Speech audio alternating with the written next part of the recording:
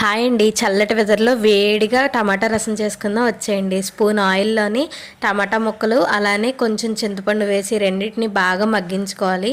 ఇలాగా బాగా మగ్గిపోయిన తర్వాత ఇది చల్లారిన తర్వాత మెత్తగా పేస్ట్ చేసుకోవాలి మిక్సీలో వేసి. తర్వాత ఆయిల్లోని ఆవాలు, జీలకర్ర, ఎండుమిర్చి, పచ్చిమిర్చి అలానే కరివేపాకు, ఇంగువ,